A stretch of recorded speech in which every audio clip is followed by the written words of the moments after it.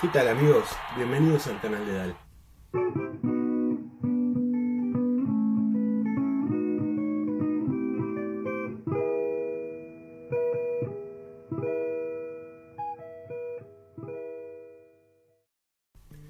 Vivimos en tiempos extraños. Hace poco el Pentágono ha dado a conocer videos filmados por la Fuerza Aérea Estadounidense de objetos voladores no identificados, que ellos mismos reconocen no saber qué son, pero sí pueden probar que realizan maniobras aéreas que no pueden recrear ninguna de las aeronaves modernas conocidas por el público.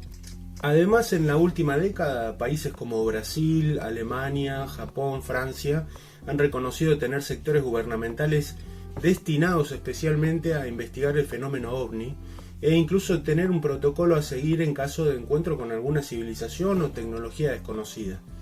Esta política de Estado es blanqueada hoy en día, pleno siglo XXI, pero mayormente se entiende que tiene comienzo en la posguerra de la Segunda Guerra Mundial, con algunos avistamientos, especialmente con el incidente de Roswell, que si les interesa que lo analicemos en el canal pueden dejar sus comentarios diciéndomelo. Pero la realidad es que estos informes de aeronaves y objetos voladores desconocidos tienen mucho tiempo apareciendo aquí y allá en la historia, pero solo en los últimos 2 o 3 siglos podemos encontrar casos registrados con testigos y documentos que lo avalan. Esta historia que vamos a conocer hoy puede parecer perteneciente a la pseudociencia, pero vamos a investigarla desde puntos de vista serios y despojados de escepticismos o credulidades, analizando registros históricos, por supuesto, y otros más modernos de fuentes confiables y corroboradas por testigos. Veremos las pruebas y cada uno va a poder sacar su propia conclusión. Vamos allá. Conocida como Utsurobune, del japonés nave cóncava o hueca, Utsurofune también, o Utsurobune todo junto, hace referencia a un extraño suceso supuestamente ocurrido en Japón en 1803 en la provincia de Hitachi. Los escépticos dicen que es un relato folclórico mitológico y la parte de la ciencia más volcada a la ufología, que no hace falta que aclare que no todo es pseudociencia en la ufología, porque por ejemplo tenemos doctores en física como Michio Kaku o muchos astrónomos que hablan de estos fenómenos. Ellos dicen que es la prueba irrefutable de un encuentro del tercer tipo, o sea, un encuentro con una civilización extraterrestre.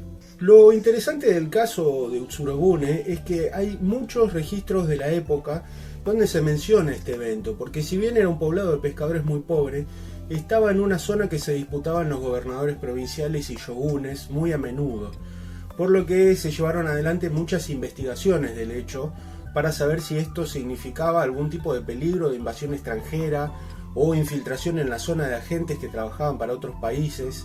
Los japoneses eran y son muy puntillosos en este tipo de investigación, por lo cual sus registros, por más que algunos tengan 2 siglos de antigüedad, son muy confiables para los historiadores. De todos estos registros de los que estamos hablando, hay 3 en particular que detallan muy bien el evento y de manera similar entre ellos. Toen Yosetsu, que significa Cuentos del Jardín de los Conejos, de 1825, Hyoryu Kyushu, Diarios e Historias de Náufragos, de 1835, y Ume no Chiri, El Polvo del Albaricoque, de 1844. Toen Yosetsu, el primero, es el documento que tiene una versión más amplia de estos detalles. El relato de Toen Yosetsu nos dice que el 22 de febrero de 1803, en la provincia de Hitachi, pescadores de Hara y Adori vieron un barco extraño y atemorizante a la deriva. Remolcaron la embarcación de regreso a tierra y descubrieron que tenía 3,3 metros de alto y 5,45 metros de ancho.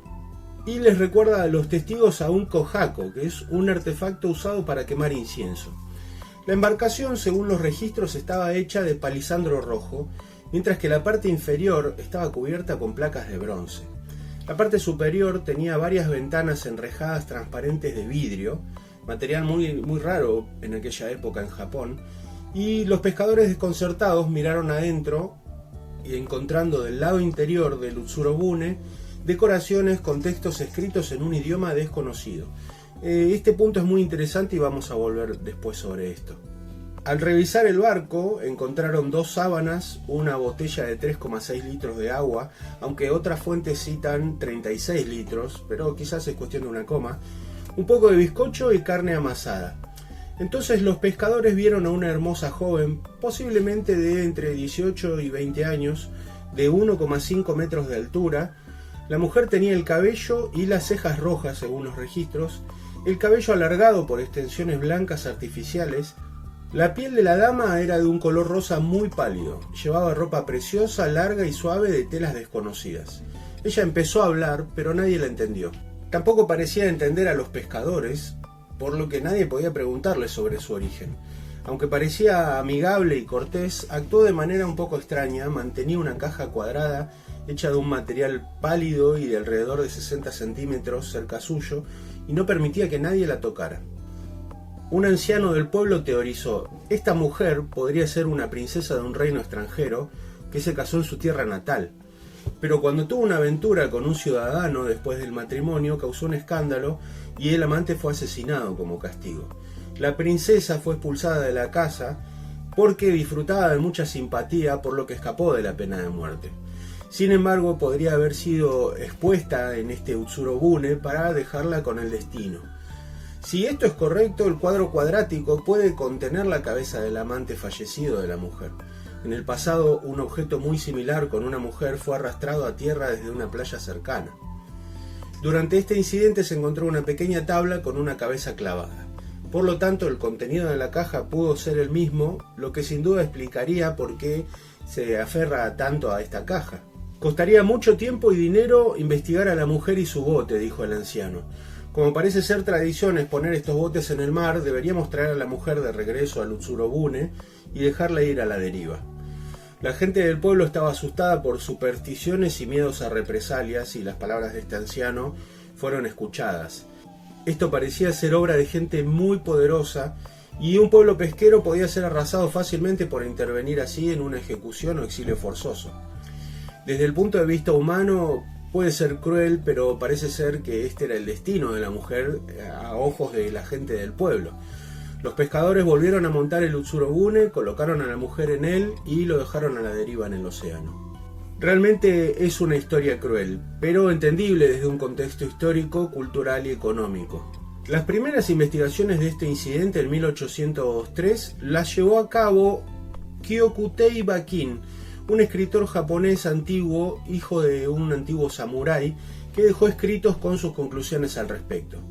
El escritor llega a la conclusión de que la mujer era posiblemente de origen ruso, quizás una princesa, aunque no se descarta que procediera de Gran Bretaña, dice el autor, debido a las extrañas inscripciones y símbolos de la nave, porque estaba convencido de haberlos visto también en un ballenero británico. Por último, el escritor muestra su decepción con los dibujos de la embarcación porque no coinciden plenamente con la descripción de los testigos. El doctor Kazuo Tanaka, profesor de informática e ingeniería electrónica de la Universidad de Gifu en Tokio, investigó los documentos en 1997, considerando que se compara mucho Utsurobune con los avistamientos de ovnis. Según la leyenda, esto es un poco descabellado compararlo, porque según la leyenda, la nave nunca vuela ni cuenta con ningún tipo de tecnología extraordinaria. Y esto es un detalle que, si bien es interesante, no explica el origen del hecho y de la misteriosa mujer, y es una opinión personal de un investigador, pero es una opinión confiable sin duda. Es importante recalcar que el hecho de que estas leyendas de Utsurobune se hayan producido en la zona conocida habitualmente como el Triángulo del Dragón, que es una zona del Pacífico donde se han registrado apariciones y sucesos extraños relacionados con embarcaciones y navegantes, es algo que contribuye mucho a darle un aire mitológico a este relato. Entre 1925 y 1962, el etnólogo e historiador Yanagida Kunio realizó más investigaciones sobre el incidente de Utsurobune y señala que los barcos circulares nunca fueron algo inusual en Japón desde los primeros tiempos. Solo los detalles de estilo occidental, como las ventanas de vidrio, las placas de bronce, hacen que el Utsurobune parezca una embarcación un tanto exótica. En ufología, la leyenda del Utsurobune se ha descrito como un caso temprano de un encuentro documentado del tercer tipo, basado en las similitudes que los dibujos de la embarcación del periodo Edo y las descripciones de platillos voladores del siglo XX tienen. Se ha indicado que el Utsurobune podría haber sido un objeto submarino no identificado, un tipo de objeto como los ovnis, pero debajo del agua, de los cuales hay también unos cuantos eventos detallados con testigos. Quizás más adelante podamos abarcar alguno. Un punto que sostiene estas teorías son los misteriosos símbolos que, según los informes de aquella época, se encontraron en el objeto y aparecen en estos documentos. En esta temática es muy interesante señalar que son muy similares a los símbolos informados en el incidente del bosque de Wrexham en Inglaterra. Vamos a hacer un pequeño paréntesis en este caso porque es uno muy bien documentado por fuentes confiables. A finales de diciembre de 1980 hubo una serie de avistamientos de luces inexplicables cerca de Rendlesham Forest, Suffolk, en Inglaterra, que se han relacionado con reclamos de aterrizajes de ovnis. Los hechos ocurrieron en las afueras de la Royal Air Force Woodbridge, que era una base que en ese momento era utilizada por la Fuerza Aérea de Estados Unidos.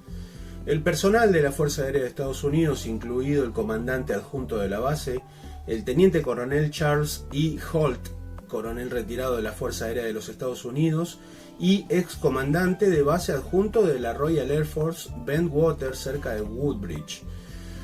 Después de servir en Vietnam, Japón y Corea, fue asignado Bentwater como subcomandante. Era un miembro respetado del ejército estadounidense trabajando en alianza con la Fuerza Aérea de Inglaterra, y luego de este suceso continuó siéndolo. Todo esto lo decimos para ejemplificar el hecho de que es un testigo muy confiable y no es el único además.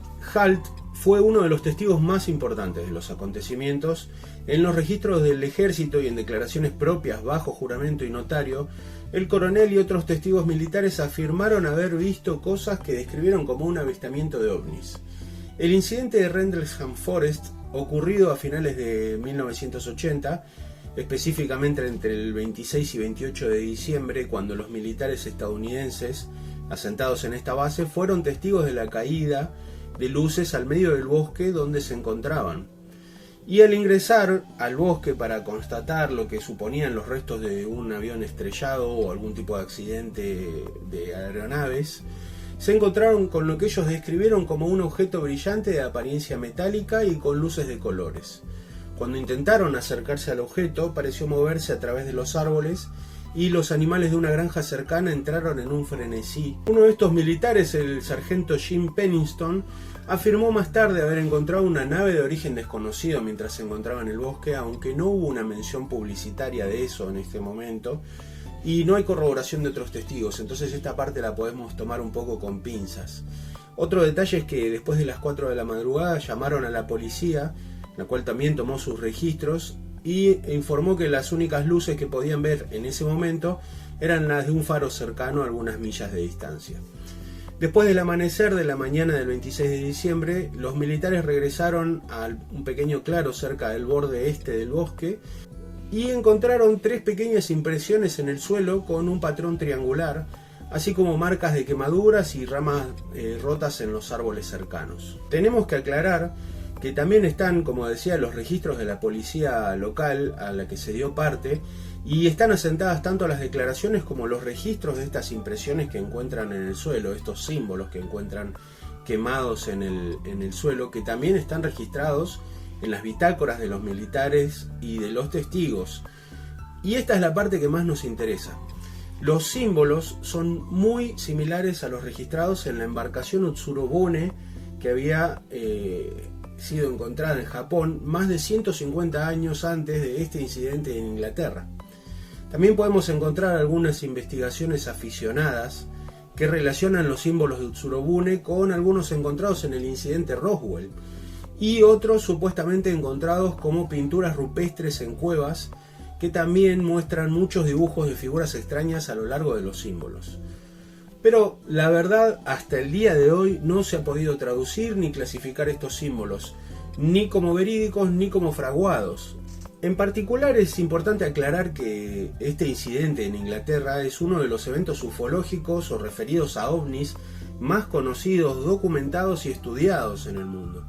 Los escépticos explican los avistamientos como una mala interpretación de una serie de luces nocturnas, una bola de fuego, el faro que estaba cerca, estrellas brillantes, pero es necesario aclarar que ninguna de estas teorías ha podido ser corroborada tampoco, ni la de los ufólogos ni la de los escépticos. Bueno amigos, esta ha sido la historia de Utsurobune y sus vínculos con otros incidentes más modernos. Es realmente una historia muy interesante, a mí la verdad que me ha apasionado mucho investigarla. Tiene muchos detalles para investigar, pero a grandes rasgos estos son los datos más importantes y trascendentes. ¿Qué opinan de este caso? Déjenme sus comentarios, sus pensamientos, sus ideas. Si les gustó el video dejen un like. No se olviden de seguir el canal, de activar la campanita. Estamos entrando en una etapa donde la idea es publicar videos cortos todos los días y una de estas historias cada domingo. Así que bueno, está bueno que se suscriban, me ayudan muchísimo y van a poder estar al día con lo que voy publicando en el canal. Cuídense mucho.